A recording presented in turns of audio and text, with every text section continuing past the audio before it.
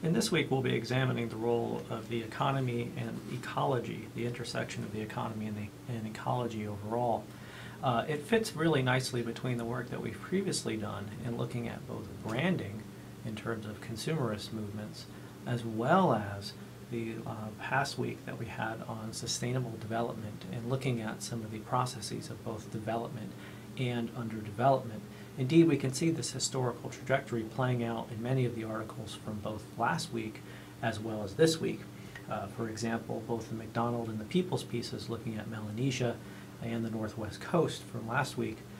And for this week, several of the pieces which address world systems theory and environmental history as a whole. One of the things to keep in mind in the broader context here is what is exactly the role of capitalism and how does the environment fit with economy and society as a whole? Does the environment in fact encapsulate society or the economy, or is what is constructed, or is the environment in fact constructed socially? Hence society perhaps being a larger aspect, or is the economy a driving factor? Surely money doesn't grow on trees, but do trees grow from money? And in a capitalist market, some would suggest that market-based mechanisms are in fact offering the best alternatives for contemporary ecological movements today in terms of real-world change and dealing with global issues such as climate change, global warming, and the like.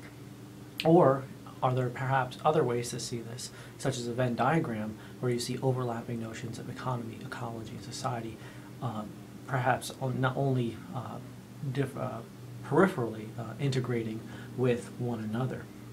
In terms of branding as a whole, we see the role of consumer choice playing a big role in contemporary discussions of economics and ecology. There's been quite a bit of branding made, for example, in the organic farming movement. We'll talk more about this in the weeks to come. So, are things like local, organic, or things like fair trade, free trade, do these labels perhaps confer some sort of advantage? And in the context of branding, do particular firms offer more ecologically sustainable packages and programs? For example, many times when you book a flight today, you have the option to do things like basically opt out of greenhouse gas emissions. You offset your greenhouse gas emissions by contributing some sort of money. And then in the daily life, or daily life choices as well, these are in fact consumer choices. Here you can see a little graphical representation of an oil barrel blocking the way to your SUV, and the more sustainable path, or perhaps the path which is most economically viable, are one and the same, riding your bike. Well, this is the world we find ourselves in today, and oftentimes there are calls towards the past, and the past is being a location of potentially examining alternative ways of being in the world and alternative ways of approaching the local ecology. And we see this, for example, in Disney representations of American Indians as sort of being one with nature, serene with nature. We see this in the public service announcement of the 1970s, the crying Indian shedding a tear as it realizes that there's pollution which encapsulates his natural habitat. Kretsch examines the idea of the ecological Indian, making peripheral note to the idea of things like megafauna, which were hunted to extinction throughout the Americas as well. We'll come back to Kretsch's ideas as well as to Hornberg's ideas later on. Hornberg takes Bohannon's work amongst the Tiv and examines the idea of money and multiple spheres of exchange. The idea of money today is something that, the question is, can it in fact buy happiness? Is it greater than, all things? Can it ultimately lead to all things? Or is it in fact the root of all evil? Is it excrement, as we see some early theorists suggesting in terms of money? And of course this is a long, complicated history in the context of religion as well, and in terms of looking at the intersections of economy and ecology overall. Certainly we can see that improvements have been made to the landscape over time, and that we see these through this notion of land as capital. And the notion of land as capital is essentially the idea that you have, prior to colonialism occurring, incredible investment made in land in order to lead to greater supplies of ecological resources. And this sort of goes against the idea that what was happening was a constant degrading of the environment in the so-called, to the extent that there was a separation between humans and nature, that humans are always essentially increasing or decreasing capital within natural and ecological systems. And we can see from Whitgreen's piece that in the notion of land as capital, with things like irrigation works, things like anthropogenic soils, things like terracing, we see quite a bit where the capital of the land, the capacity of the land actually increases as there is human intervention in the landscape as a whole. Some examples from the texts for this week. We have the Tohono Nation as well as Nogales in Mexico, so looking at the relationship on the U.S.-Mexico border and some of the long-term impacts of the developmentalist or modernization paradigm. And so we see with modernization, particularly on the Tohono Nation, it came in two waves. First, you have the development of cattle infrastructure, which actually becomes very well integrated within Tohono as a whole. Today we see this, the political boundaries of the Tohono Nation. The 11 districts are based on, in fact, these historic cattle grazing districts. The importance of cotton in the 1960s. Now, historically, O'odham had been involved in cotton production, working with the Acamil O'odham, or the river people to the north. But the idea here was to develop a locally based program wherein the O'odham could, in fact, develop and not be able to leave home. This ultimately, due to market collapse of cotton, decrease in prices, increased difficulty in getting irrigation and whatnot, led to an ultimate fall of cotton and led to some unemployment occurring and many often migrating to both Phoenix and Tucson in order to make a living. So here we have an example of a modernization project that had gone awry. Hackenberg also talks about this in the context of Nogales in Sonora, Mexico, in terms of looking at the maquiladores and the development of industry in the region as a whole, and noting the incredible impact that these sorts of developments have had on people, labor as a whole. This is a theme that we'll see emerge again and again for the readings of this week. And so in looking at the ecological resources today, there's a lot of discussion about ecological services. And those ecological services come from a variety of sources. One of those sources is, in fact, forest landscapes, which provide things like retention of soil, which helps to prevent siltation of streams, leading to healthy runs of fish and whatnot. What it also does is allow for water to further percolate into the soil. And so there's a lot of ecological benefits, which essentially lead to economic benefits of maintaining so-called intact ecosystems or virgin forests. And of course, if we look at a figure like this here, we see area of virgin forest in 1620.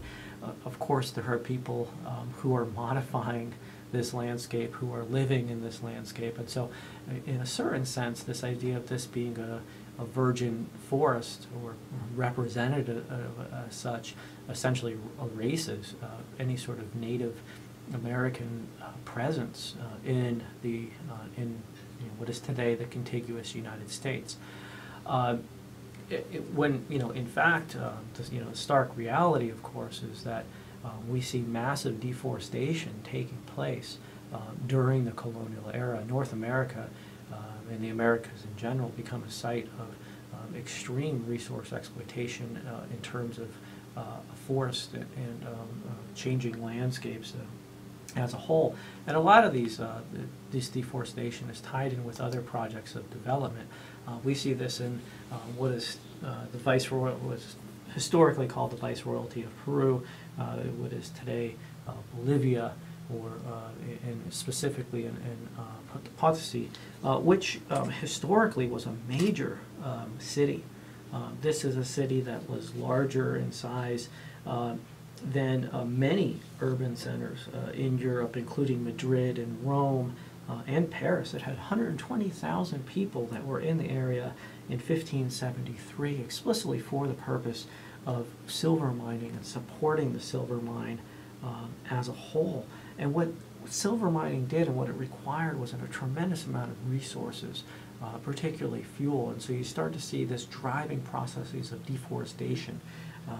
And we see this not only in Moore's piece, but also in Williams' piece in the role of deforestation in Earth and world systems integration. Today even we can note the tremendous wealth that came from this region.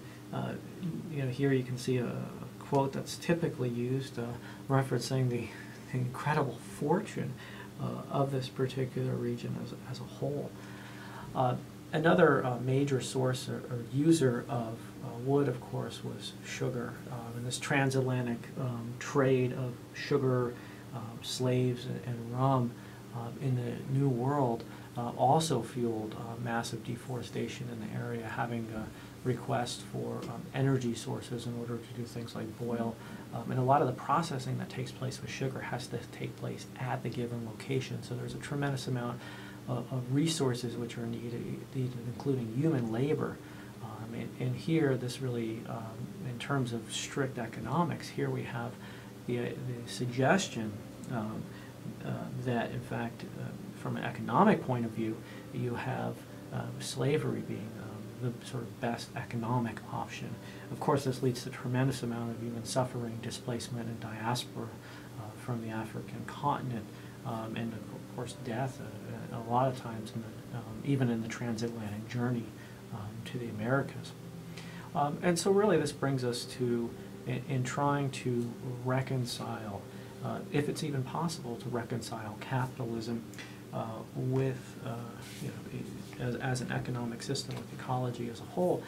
Emanuel Wallerstein, in his piece, in this 2007 piece in Rethinking Environmental History, World System History and Global Environmental Change, which is edited by Hornberg amongst others, he essentially asked the question of what actually is possible and what is actually rational in the context of trying to integrate where we are today with the economy and ecological systems as a whole.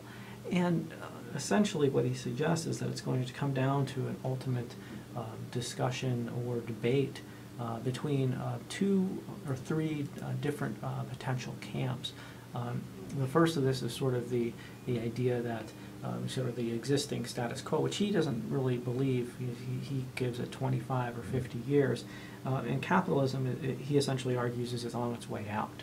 There have, of course, been many that have argued against this, and this has been taken up by social movements, and this idea that there is no alternative or TINA to the existing status quo of capitalism, global integration, and whatnot. So he draws from models from both the World Bank and the World Social Forum, and ultimately asks the question of what will actually prevail in the long run, noting that capitalism will ultimately decline and disappear in the next 25 to 50 years. So I hope in this brief overview of the week to have given you guys a good sense of the importance of the connections between economy and ecology as a whole, both from market-based perspectives, historical perspectives, including and integrating world systems theory and environmental history, and then looking at some of the alternatives to existing configurations through the work of authors such as Alf Hornberg, who examines Bohannon's early work amongst the TIF.